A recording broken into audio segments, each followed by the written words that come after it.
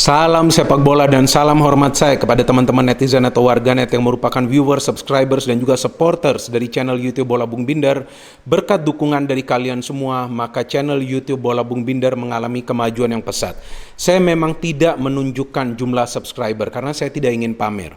Saya tidak mencari kuantitas, tetapi saya mencari kualitas. Namun untuk informasi teman-teman, bahwa jumlah subscribers dari channel YouTube Bola Bung Binder telah melewati 190.000 subscribers. Luar biasa dukungan dari kalian, dan saya harapkan bahwa dukungan dari kalian akan tetap konsisten. Dan saya juga akan selalu memberikan ulasan, opini, dan pendapat saya secara fair. Kita perlu fair sebagai pengamat. Kita perlu mengandalkan otak kita, bukan perasaan kita. Jika kita mengandalkan perasaan kita, maka yang ada kita asbun. Asbun itu apa? Asal bunyi, tanpa pikir panjang. Efeknya nanti seperti apa? Dan saya juga senang ada begitu banyak komentar yang teman-teman berikan setelah saya membuat konten tentang European Super League, atau yang memang singkatnya adalah ESL. Dan sebetulnya saya membuat konten tersebut bukan untuk menanyakan apakah teman-teman itu pro atau kontra. Dan juga saya juga tidak ingin bahwa teman-teman sebagian nih yang pro dan juga sebagian yang kontra ini justru beradu argumentasi di kolom komentar. Karena yang saya ingin memberikan pencerahan atau penjelasan kepada teman-teman itu agar teman-teman bisa memahami efeknya bisa sangat berbahaya jika ESL itu jadi dijalankan, bisa memecah belah beberapa klub di Eropa. Nanti setelah ada ESL bisa juga nanti ada kompetisi tandingan lainnya. Jadi sangat penting bahwa ESL itu tidak jalan. Namun perlu juga saya tegaskan bahwa ESL bukanlah merupakan prank atau semacam gertakan yang coba diberikan oleh klub-klub yang terlibat dalam rencana tersebut kepada UEFA atau juga FIFA. Karena saya juga membaca begitu banyak komentar dari teman-teman di kolom komentar bahwa Bung, ini kan hanya cuma gertakan saja. Nah sekarang lihat nih, UEFA sudah berubah, lihat nih FIFA sudah berubah. Bukan seperti itu UEFA berubah, apalagi FIFA. Tapi UEFA dan FIFA juga tentu memahami bahwa klub-klub sekarang sebagian besar sedang merugi. Dan jika klub-klub besar sedang merugi, bagaimana kondisi dengan klub-klub kecil? Klub-klub kecil atau klub-klub yang sulit untuk masuk ke UEFA Champions League atau juga Europa League kan juga mengalami situasi yang sama. Tapi bukan berarti klub-klub yang kecil tersebut membuat breakaway league. Breakaway league itu artinya liga pecahan dari UCL atau juga UEL. Tapi mereka juga menunggu kapan nantinya mereka bisa qualify ke UCL agar mereka mendapatkan tambahan income.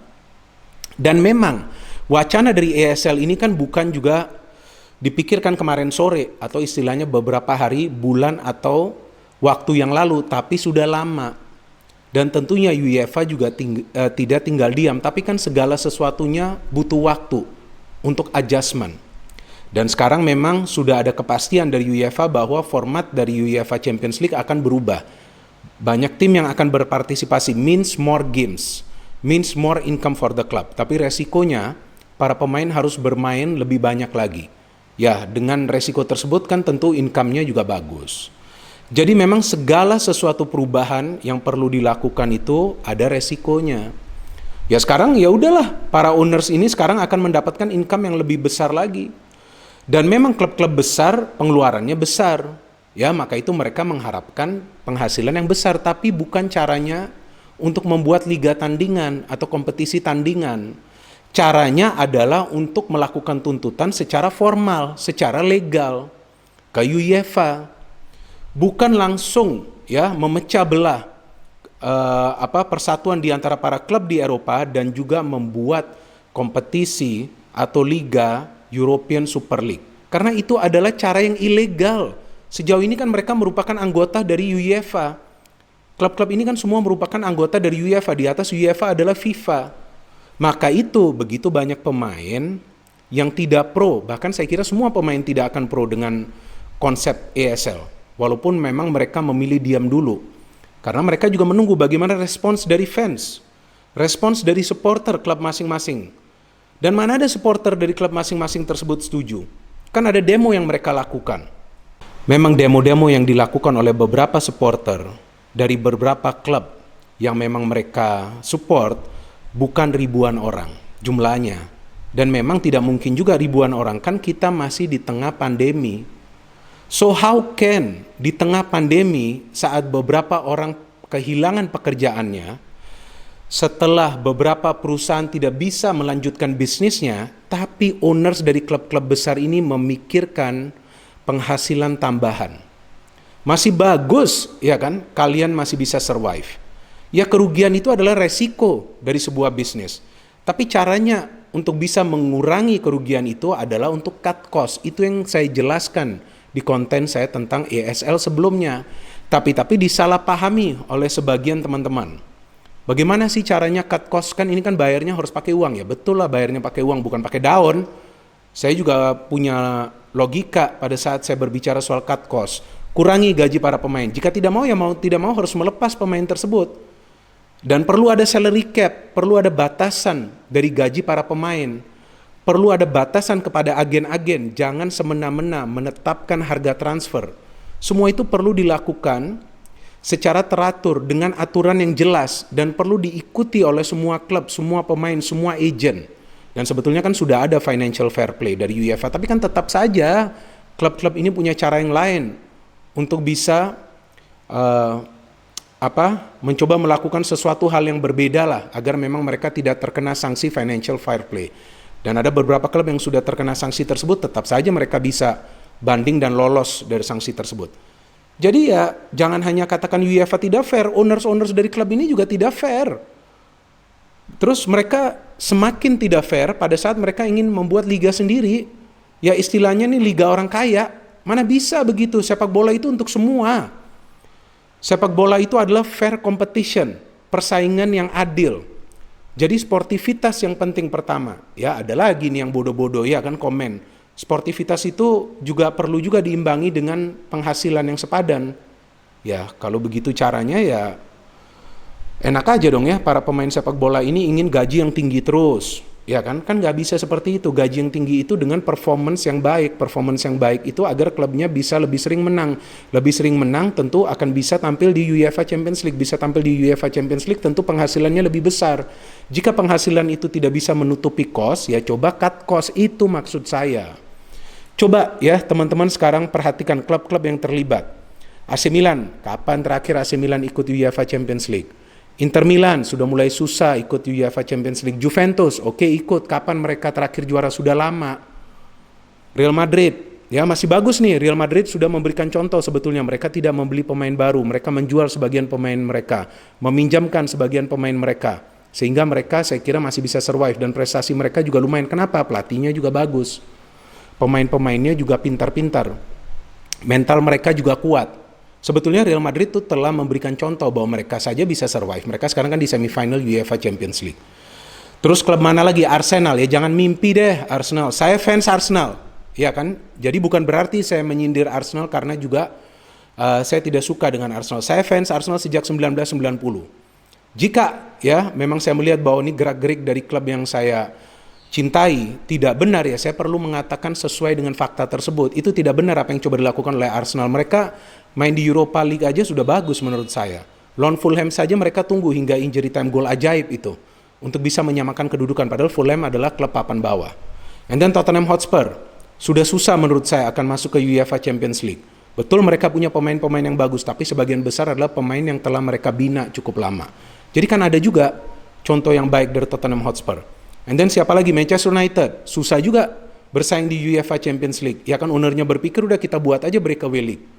Ya kan terus Liverpool sekarang formnya lagi menurun. Ya coba aja bikin breakaway league. Ya kan Manchester City yang saya kira ini tidak 100% nih setuju. Ini menurut saya. Karena sebetulnya mereka tidak mengalami kesulitan finansial. Mereka juga tidak membeli pemain-pemain mega bintang. Mereka bisa mengatur itu. Dan kita tahu Pep Guardiola mengandalkan semua pemain. Rotasi juga sering dia lakukan. Kemudian Barcelona, ya Barcelona memang lagi amburadul secara finansial. Jadi ya wajar mereka ingin breakaway league ini. Ya kan bahkan Laporta dan juga Perez masih mengatakan bahwa ESL ini masih hidup, belum mati. Ya silakan saja kalian coba. Ya kan Atletico Madrid yang masuk final sih bisa, juara kan kagak bisa di UEFA Champions League akhir-akhir ini. Kemudian banyak yang mengatakan bahwa UEFA ini korup, FIFA ini korup. Ya jika korup, ada buktinya tentu akan diusut. Tidak sebegitu mudah bagi orang-orang yang korup juga untuk tetap survive di UEFA dan juga FIFA. Kan akan ada langkah-langkah tegas. Jadi janganlah kita berpikir negatif bahwa UEFA ini gak benar, FIFA ini gak benar. Ya yang owners club juga ada yang gak benar. Dan coba ya teman-teman pahami dulu bahwa sebagian besar owners dari klub-klub asal Inggris yang mengikuti atau rencananya mengikuti ESL ini dan juga mungkin beberapa klub lainnya, ownersnya itu adalah investors. Ya, investor tentu targetnya adalah untuk mengambil kembali atau pengembalian dana investasi mereka dan profit sebesar-besarnya, semaksimal mungkin.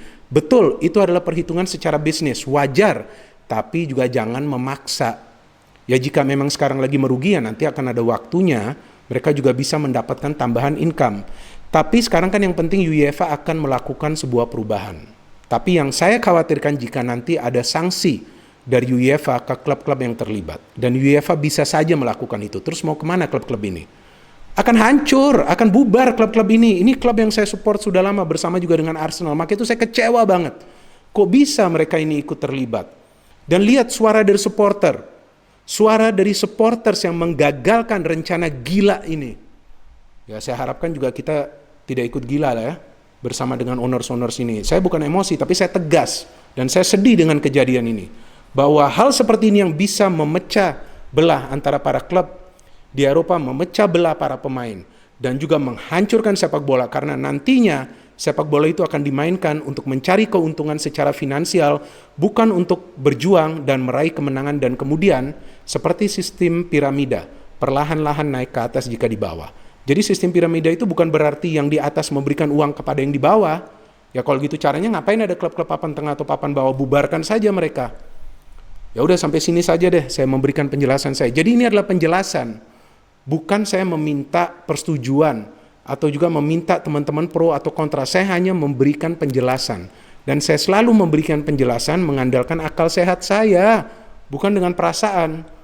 Oke, terima kasih banyak kepada teman-teman yang telah menonton dan mendengarkan analisa saya tentang ESL. Dan menurut saya ESL ini belum mati, bisa saja nanti ada proyek lainnya. Tapi saya kira para supporter di Eropa juga akan mewaspadai hal itu. Jadi kita tunggu saja bagaimana perkembangannya, tapi yang sudah pasti bahwa UEFA Champions League akan kembali bergulir pekan depan. No hate, only football, salam sepak bola.